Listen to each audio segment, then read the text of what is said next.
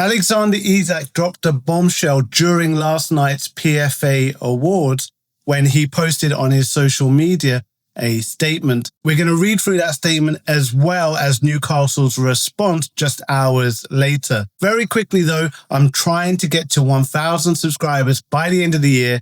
Help me get there. So this is Alexander's statement. I'm going to read a statement in full and then we'll have a chat about it. Isak says, I'm proud to be recognised by my fellow professionals with a place in the PFA Premier League Team of the Season for 24-25. Deserved, right? We all agree he deserved that for sure. First and foremost, I want to thank my teammates and everyone at Newcastle United who has supported me along the way. I'm not at the ceremony tonight.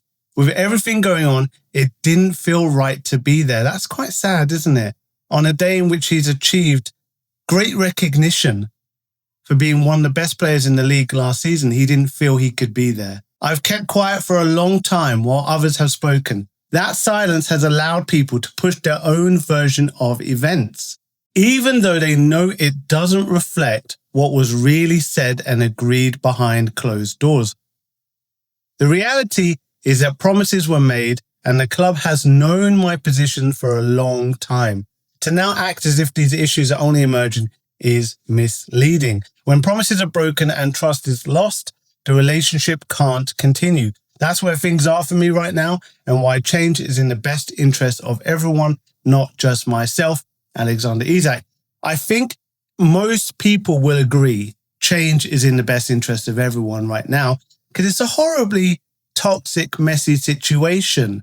You know, it's not helping Newcastle to keep a player that doesn't want to be there, has said publicly they'll never play for Newcastle ever again. May not have come directly from his mouth, but you know it's been fed through the agent, through the media. Why would you keep such an expensive asset in your club to rot on in reserves, not even on the bench, because you're never going to be able to bring him on because he won't come on. So you might as well sell him and get somewhere between 110 and 150 million, whatever Liverpool and Newcastle can agree. For Isak, he doesn't want to be there. This is now disrupting his whole career.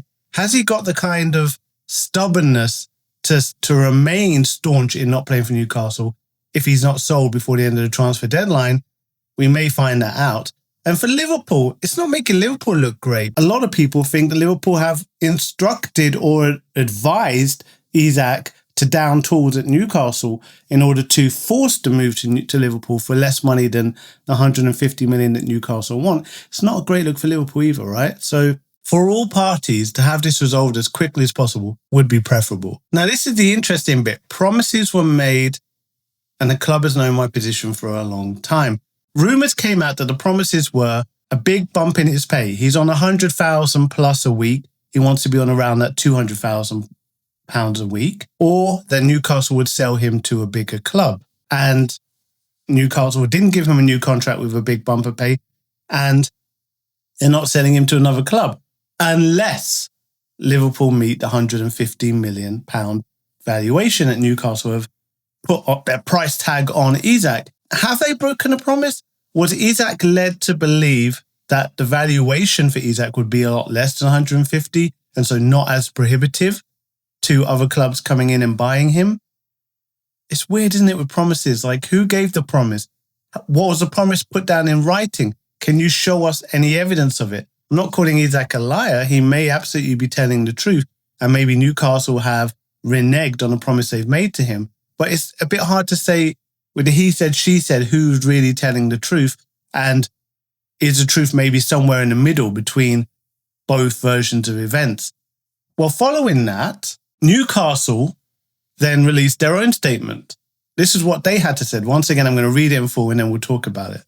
Newcastle said, "We are disappointed to have been alerted to a social media post by Alexander Isak this evening. We are clear in response that Alex remains under contract and no commitment has ever been made by a club official that Alex can leave Newcastle this summer."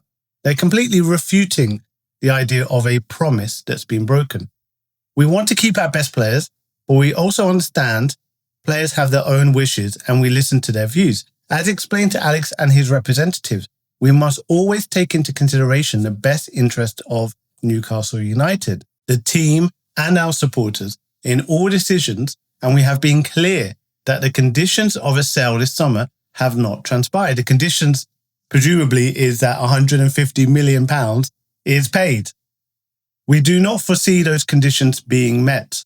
They don't have belief that Liverpool will pay £150 million. This is a proud football club with proud traditions, and we strive to retain our family feel.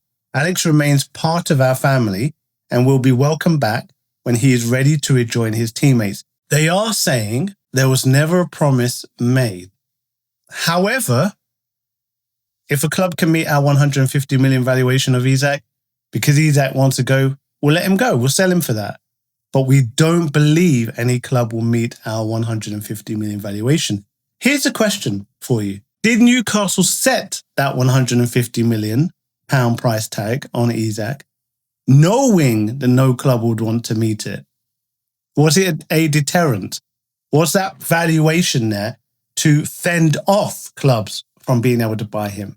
You price him too high, and it doesn't make sense to any club to spend that kind of money. Therefore, you get to keep him without making it look like you're trapping him. You just say, well, we think he's worth 150 million. No other club wants to buy him for that. It's not our fault we're keeping him. That could be what's happening here. As I say, the truth is often somewhere in between the two stories you're being told. Does it mean that I agree with how Isak is behaving? I still feel like down in tools is probably not the best thing to do. Problem here is there's only 2 weeks left before the transfer window closes. And if Newcastle don't bring in, you know what another one of those conditions are that Newcastle are talking about? It's not just 150 million. It's getting in 2 strikers.